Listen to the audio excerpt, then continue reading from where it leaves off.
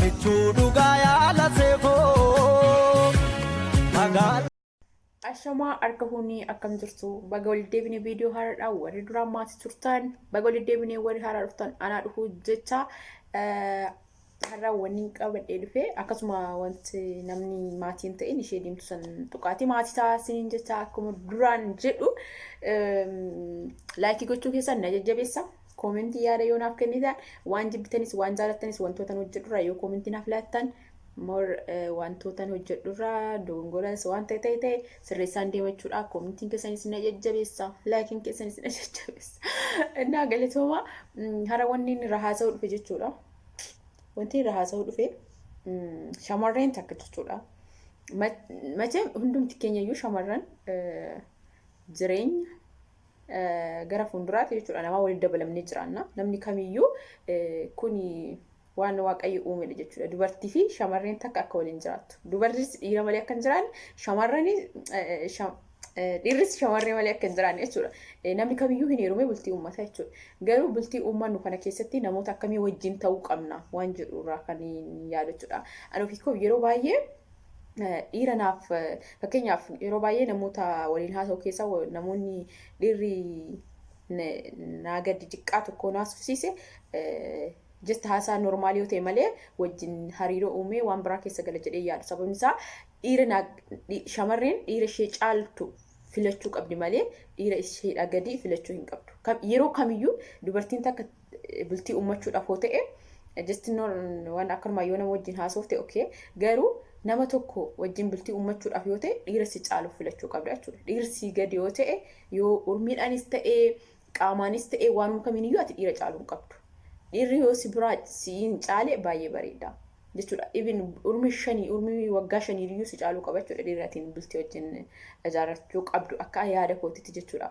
Yeroo baay'ee ana jechuudha dhiirota namoota fakkeenyaaf namoota anaan jaalala gaafatanii wantoota akkanaatiif jechuun wantoota akkanaati anaaf si waliin madaallu kana jedhe ofirraa wannaa jedhutu baay'eetu jira jechuudha. Sababni isaa ani akka kan kootitti fakkeenyaaf dhiira na caaluun barbaada malee dhiira naa gadi dhiira ani urmiidhaanis ta'e qaamaanis ta'e dheerinnaanis ta'e waan kamiiyyuu akka caalu hin barbaadu. Maaliif waanuma kamiifiyyuu dhiirri tokko yoo si biraa guddaa ta'e shamarreen ammoo xiqqootaati bareeda jedhee waan hin yaadu jechuudha. Yeroo kamiyyuu dhiira si gadi hin filatini dhiira si caalu urmiidhaanis ta'e qaamaan waanuma kamiiniyyuu dhiira si caalu bareeda jechuudha. Yeroo kam ani jechuudha waanuma namni jedhu fiil namni waan godhuudha. Yeroo baay'ee Facebook irratti yookiin suuraa namaa yoo argu yoo dubartiin takka biraa caalte suuruma irratti yoo argu oh my god hangam biraa geessi ofuma kiyyaayyuu nan jedhaa jechuudha. Hangam biraa geessi inni kun dhiqqaadha waan akkasii fiil godha. Namni kamiyyuu waan akkana kana hin jedha keessa isaatti jechuudha. Kanaafiyyuu sammaleeyyuu maatiin warraatiyyuu jechuudha. Maatiin mucaatiyyuu yoo ati mucaa sana caaltee mul'atti urmiidhaan ta'e qaama ta'e waan kamiin haa ta'u. Ibin ati urmiidhaan caaltee inni urmiidhaan si caalee ati qaama yoo caalte fakkeenyaaf urmii isaa gadi yoo taate namni qaama kee ilaala maal ka dheerana ilma kiyya akkana ta'e ilmi kiyya dubartii guddoo fuudhe wantoota akkasii san odeessa jechuudha. Jechuun hin beekan biyya keenyatti macheema oduu akkanaa kana ni jira. Innaa namni kamiyyuu maatii biyya keenyatti wantoonni akkanaa kun hin jira jechuudha. Dhugaa dubbachuuf taananii maaliif gaafa bara keenya ollaa keenyatti mucaa tokkotu jechuudha dubartii guddoo takka fuudhe jechuudha. Biraa guddoodha. Dhuguma birumaa guddoodha. Bakka harmeen ishee obboleeyyan ishee adaadaan hundi firri ishee bakka intaluma kan hamatan ta'anii intaluma kan godhanii nyaatan hamman biraa geessi ilmi koo xiqqaadha ilmi koo akkas ta'e so wantoonni akkanaa kun baay'ee jira. Yaa yeroo kamiyyuu wanti isin jettan jaalalatu caalaa jaalala jiraannaan maal rakkoo qaba jaalalli jiraannaan maal rakkoo qaba wantoonni akkanaa kun hin jedhamu. Yaa jaalalli jiraannaan homaa rakkoo hin qabu garuu waan namni namaan jireenya namaa keessaa namni maaltu namaan ga'e egaa nuti lamaan wal jaalanne wanni jedhamu sin jira. Garuu ofuma keefiyyuu sumaafiyyuu jechuudha dhiira si hin caalu si wayya malee dhiira si gadi hin caalu. Namnis kanuma yeroo hundayyuu si ilaalee hagam biraa guddatti siin jedha waan akkana kana baay'eetu jira. Kanaaf yeroo kamiyyuu dhiira si caalu baay'ee urmiidha si caalu filadhu. Dhiira urmii isaa 27 ol darbe jireenyaaf tidaaridhaaf filadhu jechuudha. Nama akkasitti bilchaatee yaadu jechuudha. Bilchaatee gara yaaduudhaan illee waanuma kamiiniyyuu jechuudha dhiira guddatee dhiirri urmii isaa 27 ol ta'e sirriitti yaada. sirriitti waa'ee jiruuf jireenya irratti illee kaayyoo irratti illee jireenya hiika qabaachuuf illee waan kamiifiyyuu sirriitti kan yaadee dubbatee maal jedhu dhiirri umuriin isaa 27 yoo ta'e jechuudha.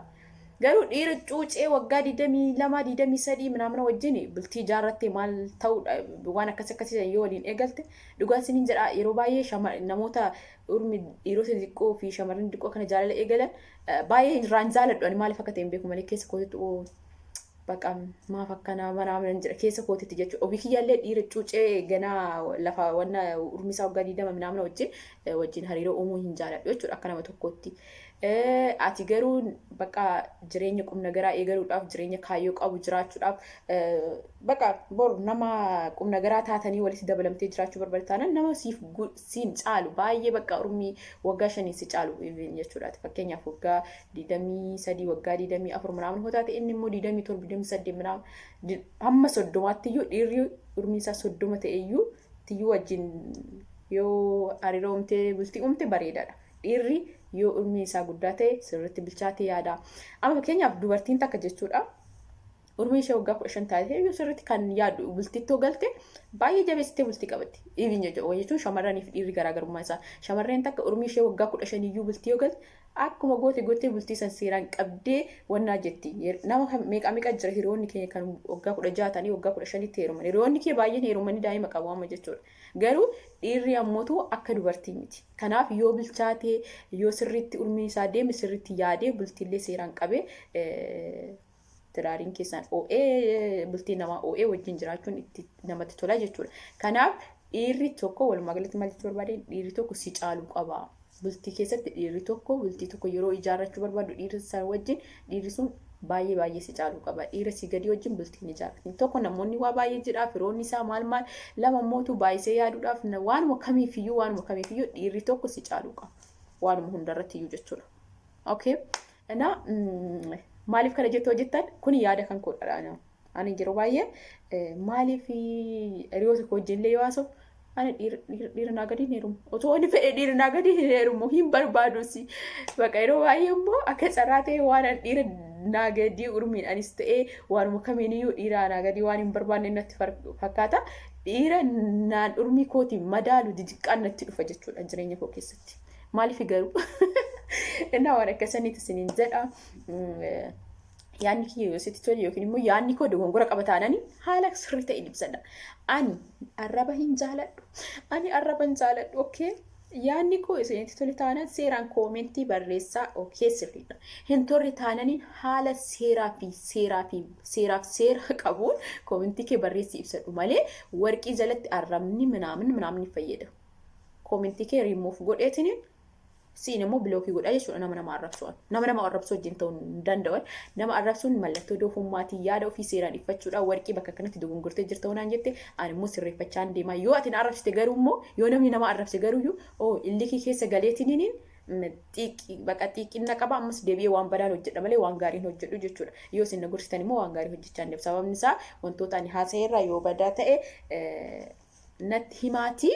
Nasirreessaa garuu yaadni koo isa kanaadha. Dubartiin dhiira si olii filadhu jireenya kee keessatti dhiira si gadi wajjin bultii hin ijaarini. Isiniin jechuudha kan yaadni kiyyarraa waan daawwattaniif baay'ee galatoomaa. Viidiyoo haaraadhaan walitti deebinaa nagaanaaf tura. Baay'ee isin jaaladha hunduma keessaniyyuu hin dagatinaa na hordofu jechuudha. Maal jechuudha? Nan dagatinaa na hordofu. Ciao.